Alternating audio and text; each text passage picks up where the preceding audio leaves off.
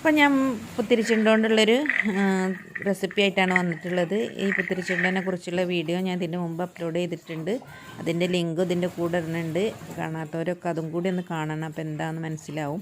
അപ്പോൾ ഈ പുത്തിരിച്ചുണ്ടൊക്കെ നമുക്കൊന്ന് അത് കുത്തി പൊട്ടിച്ചിട്ട് അതിൻ്റെ ഉള്ളിലെ കുരു കംപ്ലീറ്റ് കളയണം. അപ്പോൾ അതിന് വേണ്ടിയിട്ട് നമ്മൾ അത് ഇതിലേക്ക് ഇട്ടിട്ട് ഒന്ന് പൊട്ടിച്ചെടുക്കുക. ഒരുപാട് അരയണ്ട, അല്ലെങ്കിൽ അമ്മിമ്മ വെച്ചിട്ടൊന്നും പൊട്ടിച്ചെടുത്താലും മതി, അല്ലെങ്കിൽ ഇങ്ങനെ ഇടിമുട്ടിയിലിട്ടിട്ടൊന്ന് ഇടിച്ചെടുക്കുക. അങ്ങനെ ഇങ്ങനെ ഓരോന്നിട്ടിട്ട് ഓരോന്ന് പൊട്ടിച്ച് അങ്ങനെ ഇങ്ങനെയാണെങ്കിൽ എളുപ്പമില്ല. ഒന്നിച്ചിടുകയാണെങ്കിൽ ചിലപ്പോൾ അതിൽ പൊട്ടാത്തതൊക്കെ കാണും കേട്ടോ. അപ്പോൾ ഇതേപോലെ ഇങ്ങനെ ഓരോന്നിട്ടിട്ട് ഇങ്ങനെ പൊട്ടിച്ച് എല്ലാം ഒന്ന് പൊട്ടിച്ചെടുക്കുക. എല്ലാം കുത്തിച്ചതച്ച് പൊട്ടിച്ചെടുത്തിട്ടുണ്ട്. എന്നിട്ട് നന്നായിട്ട് കേൾക്കുകയാണെങ്കിൽ ആ ഒരു 10 വട്ടമെങ്കിലും എടുക്കണം, എന്നാലേ അതിൻ്റെ കുരുന്ന് വേറിട്ട് പോവുള്ളൂ കേട്ടോ. നമ്മൾ നല്ലോണം കയ്യിലിട്ട് തിരുമ്പി അതിൻ്റെ ഉള്ളിൽ കൂടെയൊക്കെ ഇട്ടിട്ട് ആ ഒരു കുരുവിൻ്റെ അംശം പാടില്ല. ആ കുരു ഉണ്ടായാൽ കഴിക്കും എന്നാണ് പറയണത്. അപ്പോൾ ആ കുരു കംപ്ലീറ്റ് കളയാം. വൈതനങ്ങൻ്റെ കുരു പോലെയാണ് അത്, ആ ഒരു കുരു കേട്ടോ. അപ്പോൾ നമുക്ക് ആ കുരു വേണ്ട. അപ്പോൾ ആദ്യത്തെ തന്നെ കഴുകിയിട്ട് ഒന്ന് വാരിയെടുക്കണം. അപ്പോൾ അതിൻ്റെ അടിയിൽ ഒരുപാട് ഇതിൻ്റെ വിത്തുണ്ടാവും, അത് നമുക്ക് കളയണം. പിന്നെ വീണ്ടും ഇങ്ങനെ ഇതാണ്ടോ ഇതേപോലെയുള്ള അരികളുണ്ടാവും. അരി പെട്ടാൽ കയ്പ്പാവും എന്നാണ് പറയണത്. അപ്പോൾ നമുക്കത് വേണ്ട, അത് കളയാം. പിന്നെ വീണ്ടും കുറേ അത് പോയി എന്ന് ഉറപ്പ് വരുത്തിയിട്ട് വേണം നമ്മൾ അത് എടുക്കാൻ. നല്ലോണം കയ്യിലിട്ട് തിരുമ്പി കഴിയണം. അത് പിന്നെ പുത്തിരിച്ചുണ്ട ഉടഞ്ഞു കരുതി കുഴപ്പമൊന്നുമില്ല. ഞാൻ രണ്ടാമത്തെ പ്രാവശ്യം കേക്കിയപ്പോഴും ഇതേണ്ടോ ഒരുപാട് അതിൻ്റെ അരികൾ കിട്ടി. അപ്പോൾ ഇനി നമ്മൾ അത് പോളം കഴുകിയെടുക്കണം. അപ്പോൾ കഴുകലിലാണ് അതിൻ്റെ ആ ഒരു ടേസ്റ്റ് വരിക. അരി പെട്ടാൽ കഴിച്ചാൽ പിന്നെ അത് ടേസ്റ്റ് ഉണ്ടാവില്ലല്ലോ. അപ്പോൾ ഞാൻ കുറേ പ്രാവശ്യം നന്നായിട്ട് കഴുകിയെടുത്തതാണ്. അതിൻ്റെ ആ തോട് മാത്രമേ ഉള്ളൂ കേട്ടോ. ഇത് പറിച്ചെടുക്കുമ്പോൾ ഒരുപാട് മൂത്ത് പോകരുത്. പിന്നെ മൂത്ത് പോയാൽ നമുക്ക് അതിൻ്റെ തോലിങ്ങനെ കടിക്കും. അപ്പോൾ ഇളം പ്രായത്തിലാണ് നമുക്കത് വെക്കാൻ നല്ലത്. ഇത് കുറച്ചൊക്കെ മൂത്തിയിരുന്നു, എന്നാലും കുഴപ്പമില്ല, ഇനി ടേസ്റ്റ് ഉണ്ടായിന് കേട്ടോ.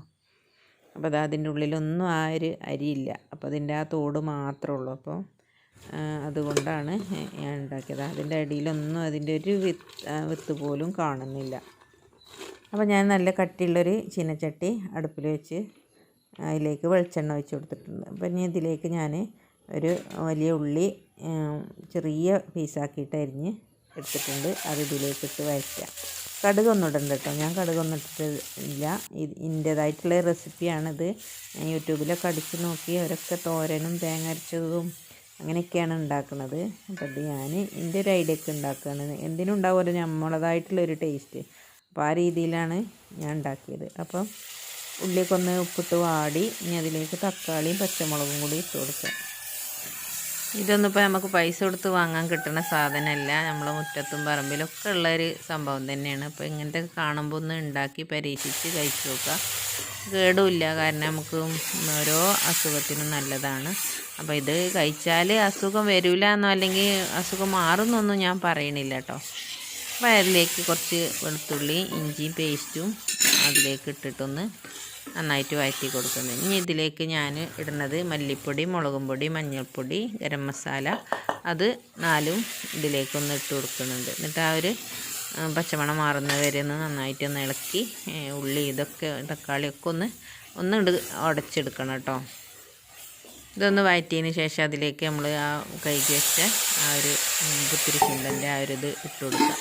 ഇത് നന്നായിട്ട് ഒന്ന് ഇളക്കി യോജിപ്പിച്ചിട്ട് കുറച്ചധികം വെള്ളം ഒഴിക്കണം കേട്ടോ. ഞാൻ അല്പം വെള്ളം ഒഴിച്ചിട്ടുള്ളൂ. ഇനി പിന്നെ ഒന്ന് തിളച്ച് നോക്കുമ്പോൾ അത് വേഗമായിട്ടില്ല. അപ്പോൾ ഒന്ന് ഇതിന് ഒപ്പത്തിന് തന്നെ വെള്ളം വെക്കുക, എന്നിട്ട് ഒന്ന് വേവിച്ചെടുക്കുക. അപ്പോൾ ഞാനൊരു അല്പം വെള്ളമാണ് ഇപ്പോൾ ഒഴിച്ചത്. പിന്നെ ഒന്ന് അടച്ച് വെച്ചിട്ടൊക്കെ നോക്കിയപ്പോൾ അപ്പോൾ വെന്തിട്ട് തോന്നി. അപ്പോൾ ഞാൻ കുറച്ചും കൂടെ ഒഴിച്ചു. അപ്പോൾ നമ്മളിതിടുമ്പോൾ അതിനൊപ്പത്തിന് വെള്ളം വെക്കുക, എന്നിട്ടൊന്ന് കത്തിച്ച് വറ്റിച്ച് വേവിച്ചെടുക്കുക.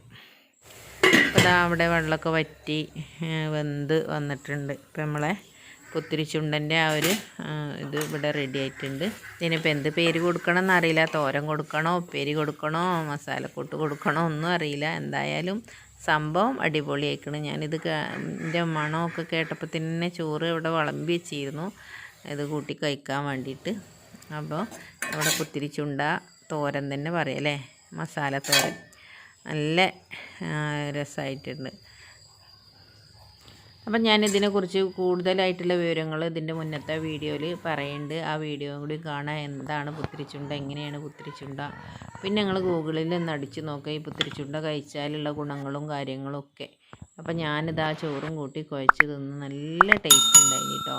അപ്പം ഇങ്ങനെയൊന്ന് ഉണ്ടാക്കി നോക്കുക, ഏത് രീതിയിലാണെങ്കിലും ഒന്ന് ഉണ്ടാക്കി നോക്കുക, അത് എങ്ങനെ ഉണ്ടാവും എന്ന് അറിയാൻ. ഇനി തേങ്ങയൊക്കെ ചതച്ചിട്ട് ഉപ്പേരിയായിട്ടും വെക്കുക, അങ്ങനെയൊക്കെ വെച്ചിട്ട് ഒന്ന് കഴിച്ച് നോക്കുക. നമ്മൾ വയറ്റിക്കായ നല്ലത് തന്നെയാണ്.